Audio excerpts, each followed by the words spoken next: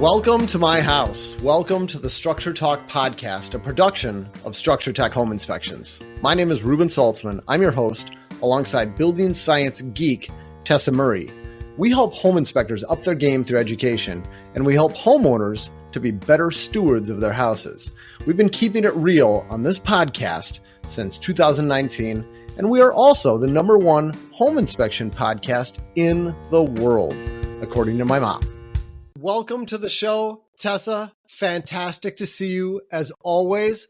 And we've got a special guest on today. Super excited to have returning guest. I don't know how many times he's done the podcast.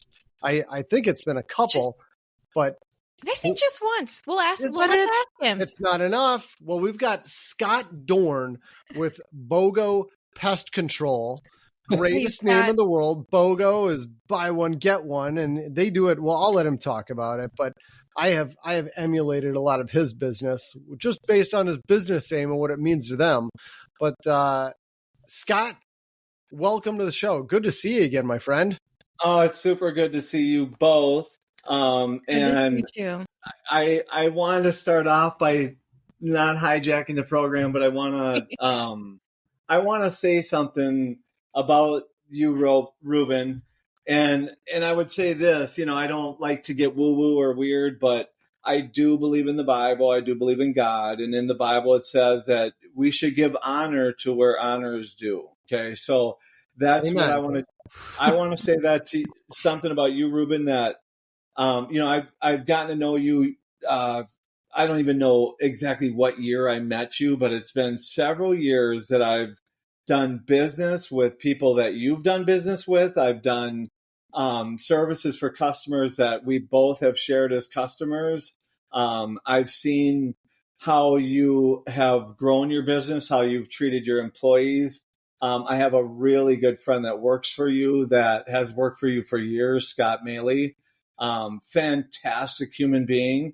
But him and I were in a conversation the other day, and we were talking about people with integrity, running businesses, people that are in a position of leadership now in our country, whether you're a CEO of a company or, you're leading whatever group you're leading. If you're in a leadership role, I just want to implore anybody to go out and just follow Ruben's steps because, in all seriousness, you take what you do to the highest regard. You care about every employee that works for you. You instill every bit of information, instruction into them, and that knowledge that they carry from your training and your ongoing training and your ongoing support systems that you put up around them ensure that they are able to provide your customers a fantastic job. And this isn't a commercial. Wow. It's just what I want to say is it's rare. There's a lot of times where I get called out to customers' homes where they had an inspection that wasn't a part of your group. And the outcome is honestly, I'm there because now they've got flies flying around the house, right? And that's because they've got dead mice in the walls that no one ever saw. And when I get there, the evidence is so obvious and clear. And if they would have just called us, we could have walked in there, or your inspectors are so well trained to see this evidence ahead of time, which can really prevent a homeowner from going through the nightmares that I, on the back end, end up trying to help them get out of. So yeah, it means a lot to be able to be like aligned with someone that has integrity, and then you're selfless too. That's what I love about you, is that you're not like greedy. It isn't for you. It's not about money and a bunch of, I have this many employees and this big of a business. It's more about like every single time you put your name behind something, you really mean that you're going to stand behind it. You're going to do your best, and you put your best foot forward every time. It really means a lot. And I just thank you for being the guy that you are. Well, and Scott, I I'm hear going to you have on to. the radio. I'm not done. I hear you on the radio. You give advice freely. You give advice week after week after week after week. You give of yourself. You do these podcasts. You do Your blog. stuff for the Star Tribune. I mean, you really give of yourself. Like, that is the fabric of our country. That's the fabric of a community. And I don't want to step over it because I've witnessed it for long enough where it's truly who you are. And I respect you highly. And that's why when you asked me if I wanted to come on this show today, I'm more than happy to come and join you today. Oh man, I'm you're such a sweetheart. Sorry, I just had to say that today to you. Well, I'm gonna have Well to said, come back and replay this for myself anytime I'm feeling down. That's quite an ovation. Thank you. Appreciate it. Yeah, for sure. But you deserve it, man, for sure. It's true. So it's true, Ruben. Yeah. Well, and Scott, I think we feel the same way about you too. I mean, I don't want to speak for Ruben, but Scott, you have such a unique business model with your pest control services. And I remember, if anyone's tuning in and has not listened to the previous episode, you should go back and listen to that. It blew my mind, and I think it was one of my favorite podcasts of all time. Actually, it was exciting, it was interesting, and I learned a ton. But even greater than that, I think, Scott, it was revealed just kind of how much integrity you have as a person and how that's reflected in your business and what services you offer your clients and why. So before we even start to dig into the nitty-gritty stuff, I just wanted to ask you, what sets your company apart from other like typical pest control companies? Well, okay, so that's I have to rephrase the question because I love the way you put the question, but I've had so much time to think about since the last time I did a podcast with you guys. A lot has, and I don't want to get too philosophical or deep, but a lot has changed in the world, and the way this is kind of a bigger picture way of looking at it is, I think, I've been able to witness so many people struggle in the last 3 years, especially. In 2020, how many tens of thousands of businesses went out of business, right? Mm-hmm. And just, I mean, we as human beings have gone through the washing machine of life and getting tossed and turned. What we thought was a foundation in the past is, in a lot of ways being ripped out from underneath us, and we're being forced to reevaluate the way we view a lot of the way we live and have lived and been taught to live. And, so when I look at companies, I look at technicians, for me, the leadership matters. That really matters. And I think that you can't really have a great outcome with your services unless you start with a good leader. But that being said, it does boil down to the technician. So in the state of Minnesota, I've met a number of really good technicians that don't work for me. They don't work for me. They're probably never going to work for me, unless I grow big enough to acquire them. But there are fantastic people in this industry that do care. And unfortunately, they're in a system where in order for them to just make a decent living, I think I talked about this on the last time, but in order to make it even a decent living, they have to bust it from house to house to house to house, because they're on a little tiny commission to make on each one.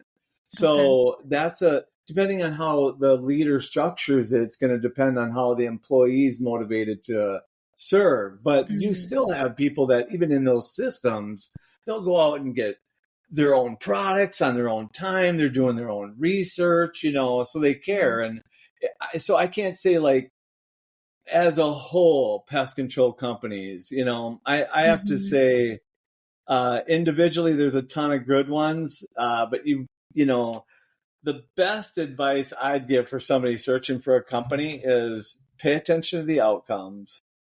If you want to know about the outcomes, go on and really, truly read the reviews that companies have for their company. And then also be a little smart about the reviews too. There's ones that are obviously bot reviews. They're totally canned reviews.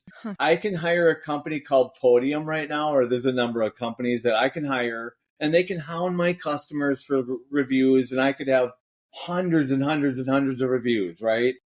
And you could read them, though, and you can see the substance isn't really, it's like 5 stars, great job. They showed up on time, But if you go and you read the reviews that we have, we don't hound our customers for them. they're actual novels, some of them. They're a whole story about what happened, and you can tell it's real, right? Mm-hmm. So be a wise consumer. Look at the outcomes that other people have had. Pay attention to those reviews. That matters. Yeah. I know you have tremendous reviews on your company, and that's because you care and you can't fake it. And you know what? You can't produce consistent outcomes if you don't have systems set up to do it. So, yeah. And I could preach about that all day. So, but I'm in a really good mood. I'm thankful today. I'm thankful for, that, I'm thankful I live in America. I'm so thankful that we live in a free country. I'm so thankful that I have the opportunity to run a company. I should just tell you this. I grew up on the east side of St. Paul. And my personal upbringing, my dad raised me. My mom left us when we were I was 1.5 years old. My mom, God rest her soul, she's since passed. She was a wonderful mom, but during that time when I was a little kid, she struggled. She left the family, and my dad raised us. The state gave her custody, and he raised us on a $13 an hour salary. It was me, my sister, and him. So I grew up poor. I couldn't afford lunch at school. I mean, I knew struggle. I'm skinny for a reason, but I grew up super poor, and so my heart really goes out to the people that are in need, people that are hungry, especially. That's why our company promotes Feed My Starving Children. I mean, what do the kids in the world have to do with the problems that us adults have created? Nothing. I mean, they're the victims of it all, and if we can feed them, at least they can hopefully have a mind that can obtain knowledge enough to help overcome these systems that are oppressing us, so. I'm glad you brought that up, Scott. So that explains your company name, right? BOGO? It's deep in my heart. I can't tell you how many times. I mean, I could almost cry about it, but I can't tell you how many times I went to school hungry. I mean, truly hungry. Like, I see all the other kids get a breakfast, like a donut, the chocolate donut and the milk. I just wanted that, and so, I thank God that our state passed this thing about free lunch. And I don't care what the politics are behind it at all, honestly. Just the thought that all these kids that are there's kids right here in our state that are starving. What is wrong with us? Seriously, what's wrong with us? Yeah. But thank God they did something about that, and we're feeding them now through our taxes, and I'll happily pay it. If you use those tax dollars for good things, I'll happily pay them. Yeah, there's nothing I still more pay them, but not happily. Yeah. Wow, Scott, thanks for sharing. That's it takes a lot to be vulnerable like that, and it just makes me respect you even more with what you've done and how far you've come in the company that you've built and the employees that you have, that you take care of, and the clients that you have, that you genuinely care about the outcome. And circling back, I just wanted to highlight one thing that you do differently, I know, which is I think you offer like warranties, don't you, on your work? Oh, we do, yeah. Is that something that other pest control companies do? They do. I mean, and it's kind of across the board. It depends on what the pest issues that you're talking about. If it's mice, for example, that is one way that we really separate ourselves for a mouse warranty. When we can, we give a 2-year unlimited warranty on the service. And what I mean by that is, first we'll come out, we'll do an inspection. We'll look at the property, and we're going to see if there's anything about that structure that would limit us from being able to get to the whole thing and seal it up properly.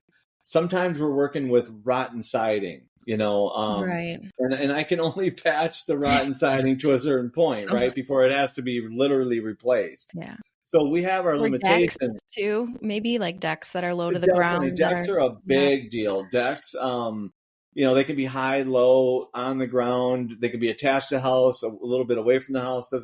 But if it's in the way and mice are getting under it and getting in the house and I can't get to that spot, then we do an inspection, and we're really good at being able to identify on the front end if we think we can solve it or not.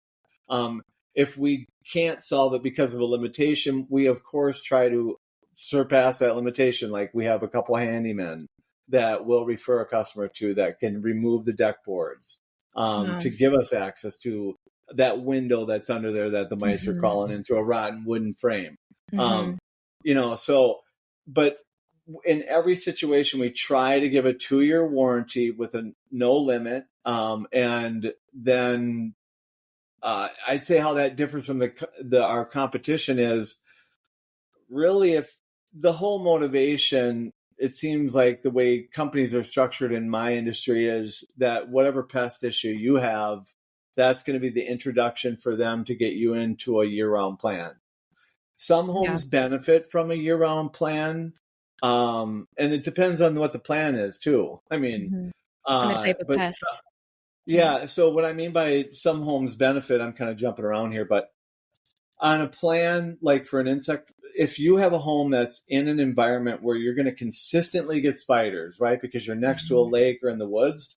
Well, now, and you hate spiders, you call me to do a spider service. I'm going to do the spider service for you, but I'm going to give you the expectations that are proper. I'm going to let you know that the chemical that I put on your house, it's going to break down. It's meant to break down so that it doesn't pose a threat to the environment or our health. It'll consistently last for 2 months. But if you're next to the lake, the pressure of spiders are going to keep coming, right? So we should have a plan where when this is breaking down, we come back, reapply it right before it breaks down, and then reapply it again right before it breaks down. And we keep you on that pattern through the summer. We can control the insects we're actually trying to control. That makes a lot of sense. And then the other thing, I would, if I was going to like pat myself on the back about anything that I love about our company the most, one of them, besides our mouse control, is that we don't have contracts. So that means if you're on an insect prevention plan with our company, you're not locked into some contract. The contract is really valuable to a company that wants to sell it. If I want to bring value to my company, make my company super attractive to a buyer, then I lock you down on a contract and all your friends and your neighbors, and then guess what? I can bundle it all up and hand it over to Orkin or Terminex or whomever the buyer would be. It can be any number of whomever. I have so many offers that have come to me in the last year to buy my company. Last year it was 3 different offers from the same company to buy my company. And it's not just companies, it's investment companies that are coming in, so, but that's the key though. They lock you on a contract. And if you wonder why, it's so that you can't leave if they sell it. It's that simple, Well, and I remember you saying too, I think in the last podcast, that a lot of like pest control companies, how they deal with mice is that they set traps, or they deal with like the mice once they get into the house. But then they set themselves up so that they're coming out to your house on a regular basis to kind of reset things. Whereas you guys like try to prevent the mice from getting in the first place, right? So that people don't have a mouse problem down the road. That's correct. Yeah. And if I could make this podcast about anything, and shout from the rooftop about the things I see in the industry that bother me the most, is the overuse of rodenticide bait. And it's my opinion, but I've seen so much effect of it. Like I walk through Minneapolis and I see dead squirrels, and they're just laying there dead. Now they could have died from a number of whatever, but there are so many exterior bait stations around every commercial building that you walk by. You'll see the stations, the black stations, or they're different colors too. Some are attached to stones underneath them to keep them there, But inside of there is a rodenticide bait. And, for the service tech, that is the value that they bring, is the time they take to walk around and replace that bait. Now they get in the truck and they say, oh, I did something here. I really provided a service. And that's what they were taught to do. But all that is, any rodent comes in there, they're eating the poison, whether they're a problem to the structure or not, it's just, whatever gets in the station is going to die from it. So if that's the case, here's my soapbox. Why not make those stations so that only mice can get into them? And you absolutely design them so that, and you can't even manufacture stations that can kill squirrels and chipmunks and other things that shouldn't be targeted. Yeah. So that's one thing. And then can I interrupt you real quick? Is the the ethical problem with that, and I'm glad that you're bringing this up, Scott, because I don't ever hear anyone talk about this, is the fact that this mouse poison's out there, the mice eats it, they die, and then whatever comes by, or a squirrel can get in there like what you're saying, or other rodents and eat it and die. But like if you've got cats that are wandering around neighborhoods and they eat a mouse that's gotten the poison, like you could be killing other animals. Yeah. Right. Well, the truth is I ran another pest control company before the one I'm running now, and we did use a lot of poison. And over the years, we had accidental poisoning cases with cats or a dog. And then they had to go to the vet. That's a super traumatic event for the homeowner. Yeah. It's beyond like, what I just said there. Someone could hear that and skip over that. Like, oh yeah, it's traumatic. Like we hear about, PTSD, like it's just another word, right? Mm-hmm. Yeah. Until you're the person that goes through that trauma, Yeah. I think about the 6-year-old customer of mine that walked by a retaining wall, got stung multiple times by yellow jackets, so many that they had to take her to the ER and give her 4 different EpiPens to save her life. 4 in front of her mom. And that's her mom like looking at me like, so that's why it's those incidences like that, right? You come across people that it's not just a job. I mean, and we all do work that there's certain points of our job where it's really important that we're paying attention. It's really important that we care. Because if you don't, the cost of that, you not caring is things that can happen is I don't want to be, I like laying at night and sleeping really good and knowing that I did the best I can every day, and not worrying about that. Yeah. But over poisoning a house is the worst, in my opinion. And I just want to quick tell you why. Every house that's done in, which is tens of thousands of houses in the Twin Cities, every one of those houses have dead mice in them, and every one of them get beetles and flies and moths and secondary pests that get up in there. And if you wonder, why do I have flies in my house? Every now and again, I just get 50 flies. Well, it's because you have a dead mouse in the wall that you didn't smell, but it's in the wall, So to me, that's just like you're band-aiding problems when you're that guy out just putting bait out, thinking you're doing a job. And I didn't come to preach about that. I just wish that we could be more responsible with that as an industry, as my industry.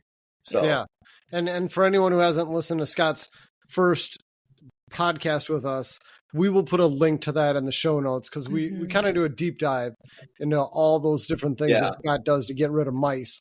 But, Scott, you brought up one thing. You talked about this little 6-year-old getting stung by these yellow jackets. Yeah. And that was one Tessa and I had talked about when we were saying we got to get them on the show again, is bees, hornets, yellow jackets. I don't even know the difference between all of them. But I'd love it if you could talk about these stinging insects and what you do to take care of them. Okay, so all day, since the middle of July, I'll put it that way, I have been dealing with yellow jackets like crazy this summer. They really thrive in summers where it's hot, especially if it's 80 plus. And that condition of 80 plus is a perfect scenario for a wasp. Usually they have to go to sunny surfaces. Like if it's in the 60s or 70s, they'll have to rely on finding sunny surfaces in the afternoon. They absorb the heat from the wall, and that gives them the energy to be able to fly fully at their full speed. So imagine, since the beginning of June, we've had 90 plus weather. It's been, in my opinion, I don't know, because I haven't checked the records against other years, but it seems like it's the hottest summer we've ever had. It's been insanely hot, so hot. And that's a perfect recipe really for all insects to thrive. I've never seen spiders at the numbers that I'm seeing this year in 23 years of me doing this. Spiders are off the hook this year. Yeah, wasp. Okay, back to wasp. Here's how you tell if there's a yellow jacket, or is it a paper wasp, or a bald-faced hornet, a yellow, or a bumblebee, honeybee. Here's how you tell. So it depends on the nest and the behavior. So if it's got big, long, gangly legs and it's kind of a bigger wasp, that's a paper wasp. Mm-hmm. They're super common. It's the most common one. They are the ones that will build their paper nest upside down where the cones are facing down. You can look up and you see the perfect little, what are they, octagon? Anyway, there are six, what is a six? Hexagon. All the little hexagons, you can see them. That's a paper wasp. And there'll be usually 2 to 3 dozen in one of those nests. And they will always build them in an area where water can't get to it. So underneath the peaks of soffits, under vents, hooded vents, there's so many different entry points to a soffit system for a wasp, and they will exploit all of them. Mm-hmm. So another one that I get called out to a lot for paper wasps are the customer will say, I'm getting a wasp in my bathroom, or all of a sudden I just get a random wasp that comes over to this one window. So if they're going over to a window, the next question I ask is I say, does your bathroom have a window in it? And they'll say no, but it does have a bathroom fan. And so what's happening is there's a black hooded vent on the roof, and it's a perfect little shielded place where they'll go in, they'll go right through the screen, go to the back of it, they'll build the nest, hang it right there. And the problem is when it's 90 degrees outside on a roof, that's so hot right there that they'll go down the vent tube into the bathroom. There's weep holes that go through that vent that allow them to bypass it to come into the bathroom. And they won't hang out in the bathroom. They'll venture out of there, and the first thing they're doing is looking, oh my God, how do I get out of here? So they're looking for the sunlight. In the next window they see, they head to that window and they're out of there. They'll go to the window and they usually hang out there, and they'll end up dying by trying to fly through the glass until they can't. Sure. Wow. So I'll have to get up on the roof and spray that vent, or fog it from inside the bathroom. That's techniques that we use to kill them. If a homeowner is going to take care of wasps, this is super important. If you see the nest and it's a little, like I described, paper nest for paper wasp, go get the over-the-counter product, spray it. It's best to spray it at night, because then all the wasps are back at the nest. If you can do it without getting the product all over you, then do it. And you feel safe to do it, do it. But what you don't want to do is if you see a hole in your house and you see bee after bee going through that hole, some coming out, some coming in, those are yellow jackets. And in a normal year, there's 2,000 to 3,000 in that nest site. This year, there'll be up to 5,000 in every one of them. What? Right now, there's over 2,000 to 3,000 in each of them. And so I went to one yesterday. The homeowner tried to foam it shut, and then that drove them into the house. So yellow jackets have a mandible on their face like an ant, and they can chew right through 3/4 inch sheetrock. And they'll do that when it gets too hot in their nest site and they need to vent it and get air in it. They'll literally create vent holes and then start coming into the house. So you never want to try to seal that hole up. That's the biggest mistake you can make. Wow. How do you get them out of the walls then? So then we just had to drill out the hole, get them to start flying in and out again. And then I use a chemical that they get on their bodies that doesn't kill them right away. They carry it in, they touch each other, and within a few hours, they're all dead. But it takes till after dark when they're all present back in the nest. And they're sketchy. I did one that was under a deck today before we talked. Oh, I had my heart beating. Yeah. What happened? I mean, the hole was located where I couldn't get to it, and I had to get close to where they were just flowing in and out. And I don't know. I guess I'll just say it. I should use protection, and I don't. I don't put on a bee suit. So Are I you like the allergic? adrenaline rush. I'm addicted to the adrenaline rush that I get from doing yellow jackets. And another thing too, and I know I'm blabbing a lot, but I don't like to kill things. I really don't. I bum when it's, so many times and my heart just goes out to these animals that I gotta control. Yeah. But when it comes to yellow jackets and ticks, I mean, I look forward to it. I can't wait to kill them because of what they can do to us. So Yeah.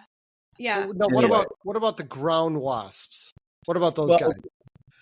So in the beginning of the spring, we get a ton of calls about ground wasp. So the term ground wasp is applied to a ton of things. So the first part of this spring, a gardener will notice that in the ground, you'll get all these little wasps it's a single solitary wasp female that will dig a hole in the ground.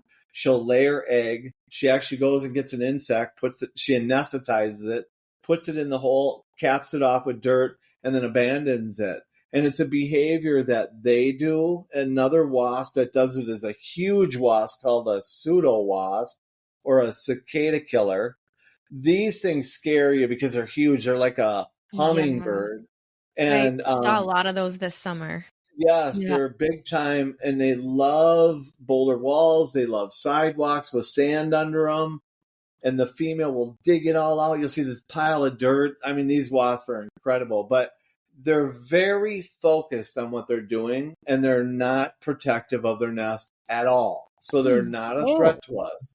They won't sting you. They won't. I mean, I show customers, I'll go do a yoga pose with them and squat at them, and like go, look, they're not a threat to you. So, yeah, a lot of the ground wasps aren't a threat. The ones that are yellow jackets. They're a wasp that goes into they exploit a hole that leads to a voided area. And in that voided area, it could be in a tree, it could be in a boulder wall, it could be in your house wall, but wherever that void is, where it's rain protected ideally, that's where they'll build their big paper bulb nest like the Winnie the Pooh nest. But it's enclosed. And that species loves to do it enclosed. Some paper wasp will only build that paper wasp nest inside of a soffit. And that particular species if you look at them and they're sitting like on your railing of your deck, at rest, they look like a fighter jet, like an F-16. Their wings are just perfectly like this. That's a very particular type of paper wasp. So, but paper wasps are docile. A lot of paper wasps, you could go up and just grab the nest and pull it down, and they won't even. I'll let you do that. No. Yeah, right. I was going to ask you about that, Scott, because one very traumatic inspection I was on years ago in training. I was on a roof on a porch, front porch of this house, and I was with George actually. This was Melind. I was with Melind, and we were looking at something, and out of nowhere, this wasp came up and stung me right on the eyelid. And I mean, I was just like, I was shocked because I haven't been stung since I was a kid. Been a sensitive spot too. Long time. Yeah. And I didn't even see any bees. I didn't see the nest. I didn't see anything. And then all of a sudden there were more bees that started to come into the air, and we realized it was a paper wasp nest underneath the soffit of this porch that was probably like 15 feet away, but it came over and it stung me out of nowhere. And it blew up this opinion I had that if you leave bees alone, they'll leave you alone. I was like, what did I do to you? And then after we got off the roof, we were walking to the garage, and there was another nest inside this exterior light fixture. Apparently, we didn't know that yet. And a bee flew right past Melind and hit me right in the neck, and it stung me in the neck. And then I was like, oh my God, I was freaking out. I'm like, I have to get out of here. Are there like pheromones or something that bees... Yeah, I didn't want to interrupt you, but yeah, that you nailed it actually at the end. So what could have happened there is it could have been as simple as what deodorant you put on in the morning, if you did, or if it could have been, like whatever scents you put on your body. That's just crazy. I don't like wear any scents. Like, I mean, there's deodorant, but I'm not like spraying on the sure. perfume before Yeah, I and it may not. It may not have been even what you put on. It's just the combination of your smell might have been what attracted or threatened it originally. But what will happen, the first one that stings you, if you're near the nest, they'll put an alert pheromone on you. It's a very specific pheromone that it alarms the nest. Once the other ones detect that pheromone, they know it's time to kill. So they all attack.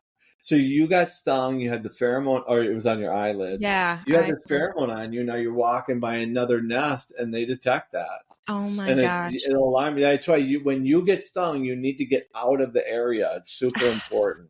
That is a really good tip, Scott, for anyone that's listening. Like, if you get stung by a bee once, it's super important. Yeah, it's really important because look, you may not be allergic today, but if your system becomes overwhelmed by the toxins that come out of those wasps, too much, if too many of them get you, you could become allergic at any point.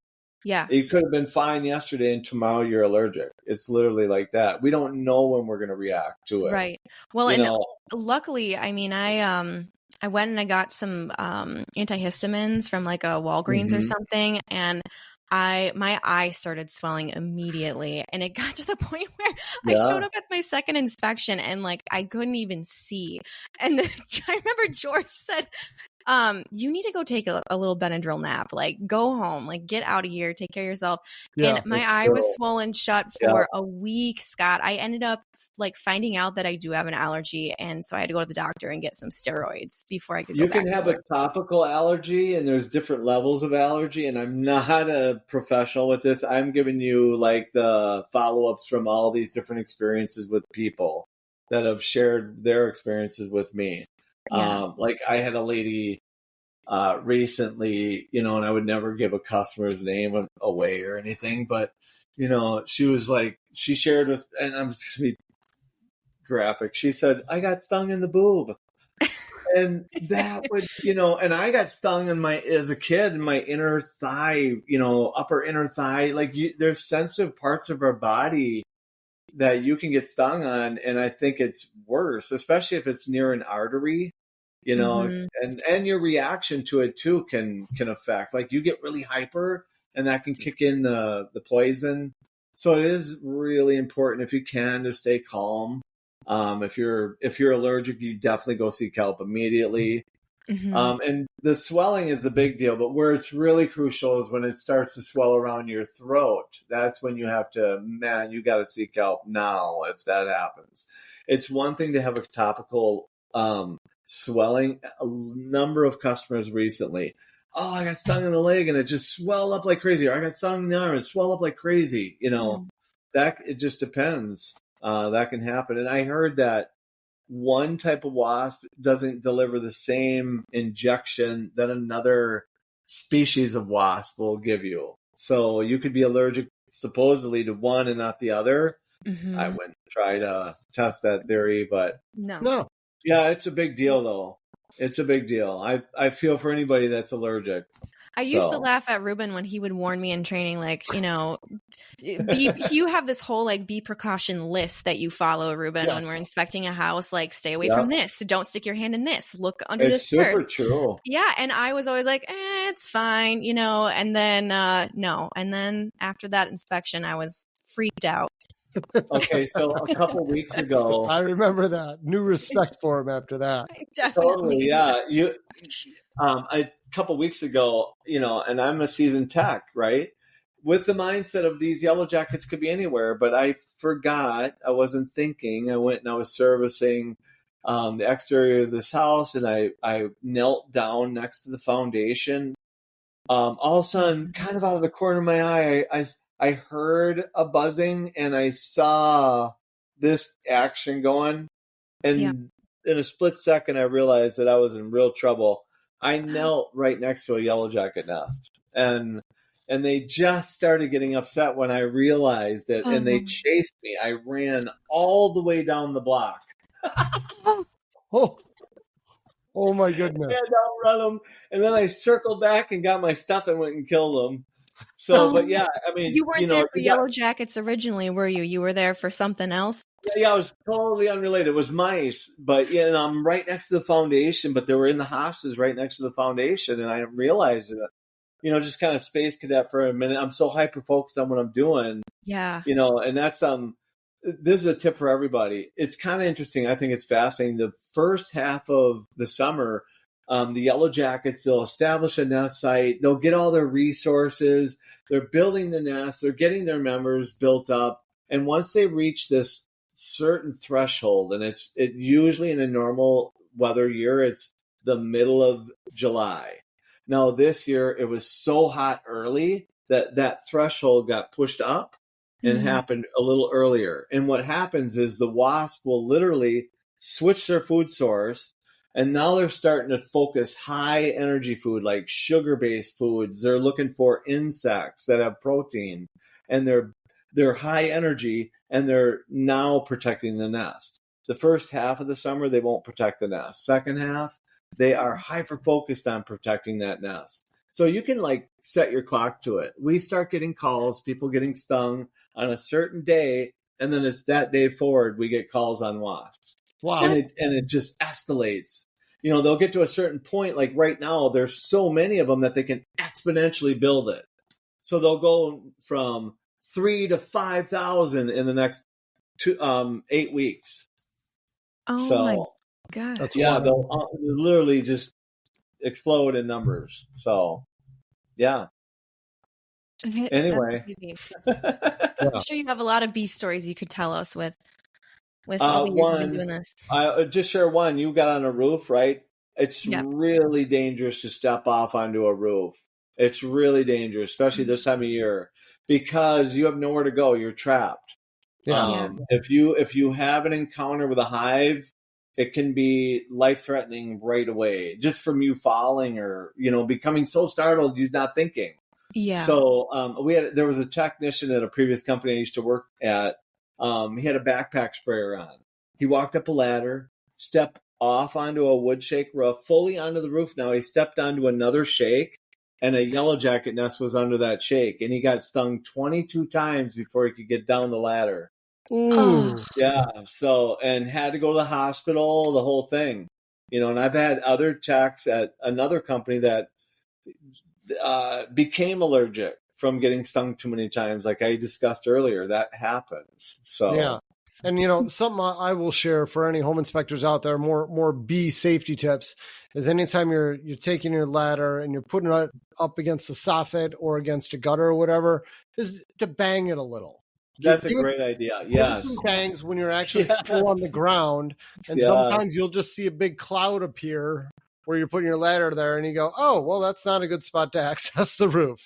Let's try the other side of the house." Yeah. And another thing you said too, Scott, real quick, I was just going to add, is you said it was a wood shake roof, and I noticed, when I was doing a lot of inspections, I'm not so much these days, but it seemed like always wood shake roofs. There were always wasp nests in the attic of those houses. That's true. Would you say that 100% of the time? Yeah. Yes, and it's that's one of there's certain wood shake roofs we can't give a warranty on the house, because one of the most overlooked ways mice enter a house is through the roof line, and wood shake roofs sometimes offer so many different variables that even if it's got a bat problem, a bat person won't take it on because there's too many nooks and areas that they can bypass it. And it's like a haven for wasps to nest in. Yeah. They love it. Yeah. Yeah. That's a very common thing. Yeah. Is it true when bees get really hot, they get more aggravated, angry, aggressive? I don't know about that. If the temperature is related to their aggressiveness, I don't know about that at all. I'm not sure. Okay. I just know that if it's too hot, this is something I saw a lot of this summer, is wasps sitting on outside the soffits, right kind of near where the entry hole that they would normally be going in and out of. They would just be resting on the outside surface because the inside temperature was too hot. And the same goes with bats. Large brown bats and small brown bats are hanging on the outside of soffits because it's simply too hot in the attic or the soffit system. So, well, Scott, and you probably see that. Ruben? Oh yeah, absolutely. Are you guys when you inspect? Yeah. And we know there's a nest in the soffit because sometimes you'll see like a whole gang load of them sitting right outside the soffit. There, waiting. Now, Scott, we're nearing our time for the podcast. I want to be respectful of your time, but before we get to the end, I want to ask what big stuff is going on in the fall? What are things that homeowners ought to be aware of? And what stuff where you'd say, look, if you had called me in September or October, I could have taken care of this. Now it's winter. We're going to have to wait it out. What should people know right now? I love that question. Okay, two things quick. The insects are going to come and overwinter. And another thing I want to talk about, I'll come back to, but remind me, I want to talk about it being a mast year, okay? M-A-S-T, mast year, okay? But the insects are coming as soon as the temperatures start dropping. The trigger is 40 degrees.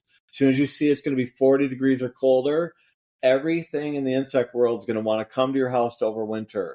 Right now, we're having a major issue in the West Metro, especially Wayzata, Minnetonka, really from Eden Prairie to Maple Grove, but particularly Wayzata, Minnetonka, a massive increase in stink bugs.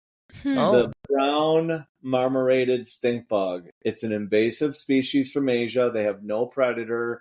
They can reproduce at will. The only thing that controls them are chemicals and the weather. That's it. Nothing eats them. And they feed on soybeans crops like soybeans, corn, and apples. Farmers are afraid of them, but they're invading homes, and the key to them is they invade from the attic down. So how we treat is according to that. And right now is the time to get on the list to get a treatment.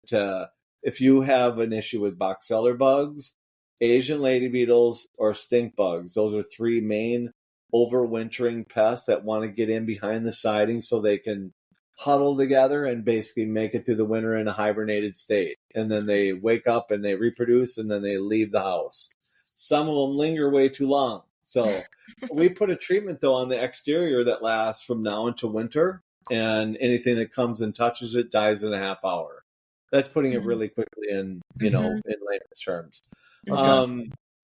And that's about $200 is the cost for that treatment, plus or minus. It depends on the structure. The best thing to do is call our office, or you can go on our website, bogopestcontrol.com. You can leave your information, and somebody will contact you. And we have a fall prevention list where we do thousands of customers, and it starts at the beginning of September, and it runs right through the end of October. But the sweet spot is right now. I mean, right now, if you have those issues and you get treated, you can prevent from having those issues. Okay. Now, the other one is we're in a mast year, and what that means is the trees, when they go through a stress, a drought, a couple years in a row, it puts them at a point where they stop using their energy for growth, and they reallocate all their energy to seed production. Why that matters is mice will live in your attic, and their operation is to nest in the house, get their food outside. They'll come and go from the house. They love crabapple trees, acorn trees, helicopter seed trees. That's what they thrive on. They'll supplement their diet with insects, but those are their main food. So they're coming and going for that. In a normal year, they'll have 5 litters, a litter of an average of 4. This year, they're going to have 10 because the food production from the trees, if you've noticed in your inspections, acorn trees have exploded. I mean, they're dropping on roofs like crazy, right? Crazy this year. Yes, and that's the main food source for mice. So they have no limit to their food. That means they have no limit in their reproductive ability. Wow, so now, wonderful. This year and next, our numbers will go from an average of catching 6, which is like a family of mice, to 30 to 50. And I'm not exaggerating. I'm not joking. I had a whole 2 years in a row where we caught 30 to 50 in every single home that we did. Wow. So I'm not trying to scare anybody, but if you have a rodent issue, you need your house sealed. That's what I'd highly recommend. And do it now before it gets cold. Yeah, the sooner you do it, the better. the less mice we're dealing with on the front end. Yeah. So, Oh my gosh. Anyway, Very that's good advice. Tools, that are happening right now. Well, Scott, we'll be sure to put your contact info in our show notes so people can find you. But again, just throw out that website. It is BOGO, BOGO, pestcontrol.com. BOGOpestcontrol.com. Excellent. Yep. Thank you and so the much, number is Scott. 952-404-BOGO. 952-404-BOGO. And hey, you know what? Last but not least, I refer Structure Tech all the time. And I am Thank you. It's so nice to have someone competent that you can refer to. So thank you for every time that's worked out for our customers. Well, Thanks, we feel the same way about you guys. Back at you. Yeah. Back at you. Yeah. Good to see you both. Good to see you, Scott. Thank you so much for coming on the Scott. show. Yeah. Anytime. Love to do it. Well, we can't let it go this long next time. We'll have you on maybe again in the spring. That might be a good time to get you back on. Yeah. Sounds All good. Right. Well, say hi to the team for me. All right. Take care. All right. Take care. Bye-bye. See you guys.